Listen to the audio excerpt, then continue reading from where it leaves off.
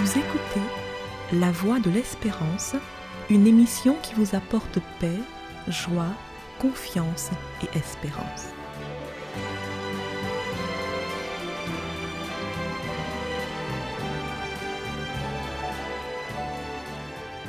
Bonjour la Guyane et bonjour à tous depuis la Guyane. Un début qui annonce une fin. Ce début d'année porte les signes annonciateurs de la fin du monde annoncée par Jésus lui-même dans les Écritures saintes. Jésus est venu parmi les hommes une première fois dans l'humilité et la simplicité. Mais durant son premier ministère, le Christ a annoncé à de nombreuses reprises qu'il reviendra dans la gloire. Son retour marquera, dit-il, la fin du monde. L'expression fin du monde n'indique pas la destruction du globe, ni l'éradication de l'espèce humaine. Dans la bouche de Jésus, l'expression fin du monde signifie un changement profond, radical. Ce sera la fin du monde marquée par la souffrance telle que nous le connaissons actuellement et le début d'une autre vie, l'instauration d'un royaume marqué par l'amour et la paix. Cette fin du monde, Jésus n'en a pas donné la date, mais il a fait savoir quels sont les signes annonciateurs. Parmi ces signes, nous pouvons relever la montée de la violence qui se manifestera par des crimes, des guerres, des bruits de guerre, une fracture sociale sans précédent. Certains goûtent à la famine, tandis que d'autres vivent dans l'excès et gaspillent des ressources. Il y aura aussi une perte des repères en matière de moralité. Les valeurs familiales vont être bouleversées et il y aura d'importantes dégradations dans les relations humaines. La pratique religieuse, quant à elle, à la fin des temps, sera sans véritable soumission à Dieu. La Bible parle de personnes qui ont l'apparence de la piété, mais qui renoncent à tout ce qui fait la force d'une vraie relation avec Dieu. Il y aura aussi des catastrophes. La nature même va indiquer qu'elle est fatiguée, qu'elle soupire après une fin, après un changement. Tout ce que nous venons de dire ici, ce sont des signes annonciateurs de la fin des temps, de la fin du monde, que Jésus lui-même a présenté dans plusieurs exposés lorsqu'il marchait parmi ses disciples. Mais, chers amis auditeurs de la Voix de l'Espérance, n'est-ce pas ce que nous avons vécu en condensé pendant la première semaine de l'année 2026? N'est-ce pas ce que l'actualité nous a apporté dans les tout premiers jours de l'année? Le monde, littéralement, a été assommé par l'actualité des premiers jours de l'année. Il nous a été rapporté ce drame qu'il y a eu en Suisse lors du réveillon du 31 décembre, réveillon durant lequel une quarantaine de personnes ont perdu la vie brûlée dans un lieu où ils étaient censés s'amuser et accueillir la nouvelle année. En même temps, des dizaines de personnes ont été brûlées et blessées à différents degrés. On a assisté aussi, lors du premier dimanche de l'année, à cet homicide consternant en Martinique. La liste peut encore être longue. On peut même penser à guerre et bruit de guerre. Nous avons, en tout cas en Guyane, vu ce qui se passe pas très loin de nous, au Venezuela. Nous sommes en droit de dire que tous les signes annonciateurs de la fin du monde sont bien là. Certains, dit Jésus, seront aussi animés juste avant la fin du monde d'un désir de contrôler l'ensemble. Dans l'évangile de Luc, au chapitre 21 et au verset 12, Jésus dit « On mettra la main sur vous et l'on vous persécutera.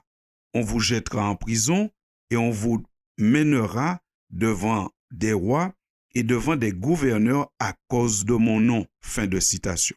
Ici, Jésus donne encore un signe de la fin des temps. Ce signe, c'est la persécution. Mais quand on parle de persécution, il faut entendre qu'il y a un persécuté et un persécuteur, c'est-à-dire quelqu'un qui souhaite imposer son point de vue à la majorité, Et quand il n'y arrive pas par le discours, il emploie la force. C'est un signe de la fin des temps. Alors avec l'évolution de l'intelligence et de la technologie, on avait pensé que plus jamais on ne verrait cela sur la terre. Un groupe de personnes dominant qui veut imposer ses points de vue aux autres, y compris en matière religieuse, et qui était prêt à les persécuter s'ils ne se soumettaient pas. Cela arrivera encore à la fin des temps. Cela arrivera encore parce que c'est la prophétie biblique et nous voyons toutes les autres parties de la prophétie s'accomplir sous nos yeux. Et lorsque nous lisons le livre de l'Apocalypse au chapitre 13, dernier livre de la Bible, on voit apparaître des pouvoirs, des entités, des personnes qui imposent leur point de vue aux autres, tant sur le plan religieux que géopolitique. Il faut bien l'admettre, nous vivons une époque qui nous inquiète, qui nous trouble, une époque qui nous montre que ce début d'année annonce une fin du monde très prochaine et très proche. Mais ce qui nous console est encore une promesse de Dieu, que nous retrouvons dans le même livre de l'Apocalypse dont je vous parlais précédemment.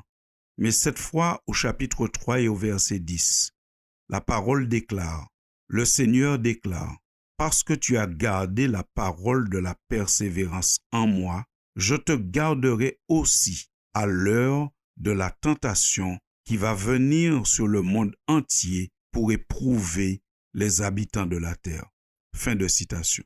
C'est vrai que cette chronique peut sembler sombre parce qu'elle dépeint la situation d'un monde chaotique, d'un monde qui va vers sa fin, une fin inéluctable. Mais nous souhaitons que nous puissions retenir le positif.